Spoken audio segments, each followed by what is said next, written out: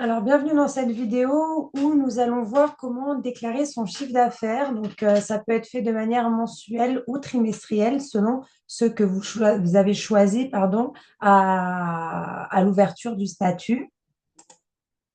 Alors, vous allez donc sur le site auto-entrepreneur.ursaf.fr et donc il faut que vous créez dans un premier temps, vous allez donc créer votre espace en ligne. Donc là, c'est pas très difficile, hein, je ne vais pas vous accompagner sur cette démarche pour créer un espace en ligne. On vous demande donc votre numéro de SIRET que vous avez reçu suite à la création de votre micro-entreprise sur le guichet unique de l'UNPI.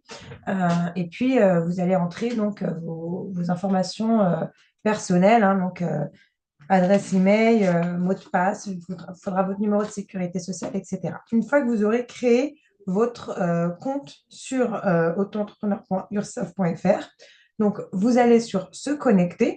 Vous répéterez cette opération tous les mois ou tous les trimestres.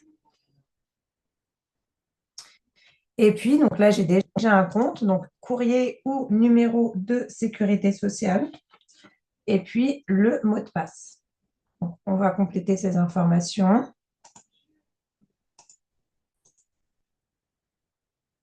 Donc, une fois que vous avez mis vos informations de connexion et vous vous êtes connecté, vous arrivez sur cette page qui est votre tableau de bord.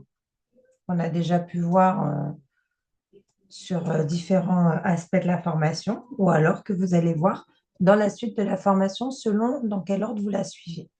Donc là, on est sur gérer, hein, vous voyez, gérer mon auto-entreprise. Vous restez sur mon auto-entreprise au quotidien et on est dans la partie, ce qui va nous intéresser, nous, là maintenant, ça va être déclarer et payer du coup vos cotisations à l'URSSAF. Alors, donc les échéances en cours, donc ça va concerner donc le chiffre d'affaires du mois précédent. Donc là, nous sommes par exemple le 8 mars, donc ça concerne le, le chiffre d'affaires du mois de février. Et nous avons jusqu'au 31 mars pour le déclarer. Hein, c'est toujours jusqu'à la fin du mois suivant. Si vous aviez une échéance à régulariser ici, ça veut dire que vous auriez dépassé votre date d'échéance pour déclarer votre chiffre d'affaires. Donc, on serait sur déjà le mois d'avril. Attention, si vous dépassez l'échéance, vous risquez une majoration de vos charges à payer de 10%. Donc là, je clique dessus. Et puis, vous voyez, ma déclaration à effectuer avant le 31 mars à 23h59. Mon paiement également. Donc, hop, je reclique dessus et là, j'ai ma déclaration ici. Vous voyez, c'est écrit février 2025. Je vais mettre le chiffre d'affaires, soit des ventes de marchandises si vous faites de la marchandise, un chiffre d'affaires de prestation de services commercial ou artisanal si vous faites de la prestation de services commercial ou artisanal, ou bien un chiffre d'affaires des autres prestations de services si vous faites d'autres prestations de services. D'accord? Bon, là, pour le coup, il s'agit d'un chiffre d'affaires à 0 €, donc je ne vais rien mettre.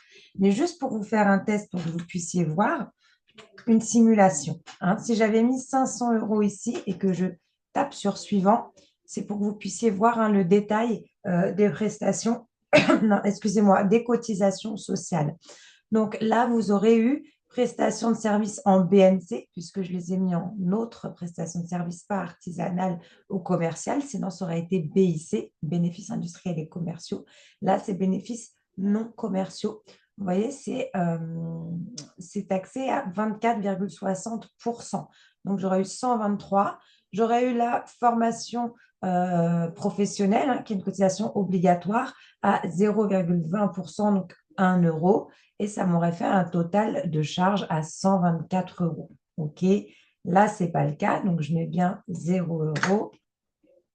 Hop, et je vais valider avec un total à payer à 0 €. Si vous ne faites pas de chiffre d'affaires, que vous ne faites aucune activité sur le mois, vous devez toujours obligatoirement faire votre déclaration.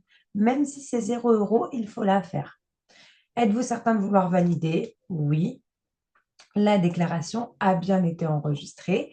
Et puis ensuite, j'aurai mon paiement.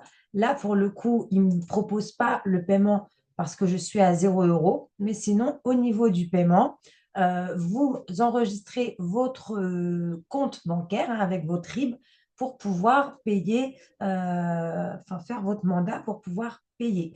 Et ça sera prélevé directement sur ce RIB. Vous pouvez en mettre plusieurs, mais il y en aura toujours un qui sera sélectionné pour faire le paiement mensuellement. D'accord? Donc, si vous changez de RIB à un moment donné, faites bien attention à modifier votre RIB ou à en rajouter un. Donc, voilà pour la déclaration de chez Taferlus. C'est assez simple, hein, c'est une petite manipulation qu'on fait chaque mois ou chaque trimestre. Donc, si c'est chaque trimestre, évidemment, hein, ça prend en compte tous les mois du trimestre. Et donc, après, vous pouvez retourner sur Gérer mon auto-entreprise. Et puis là, on voit hein, qu'on n'a plus d'échéance en cours puisqu'on l'a déclaré. Donc, voilà. Donc, merci de m'avoir suivi dans cette vidéo et nous nous retrouvons dans la prochaine vidéo pour la suite de cette formation.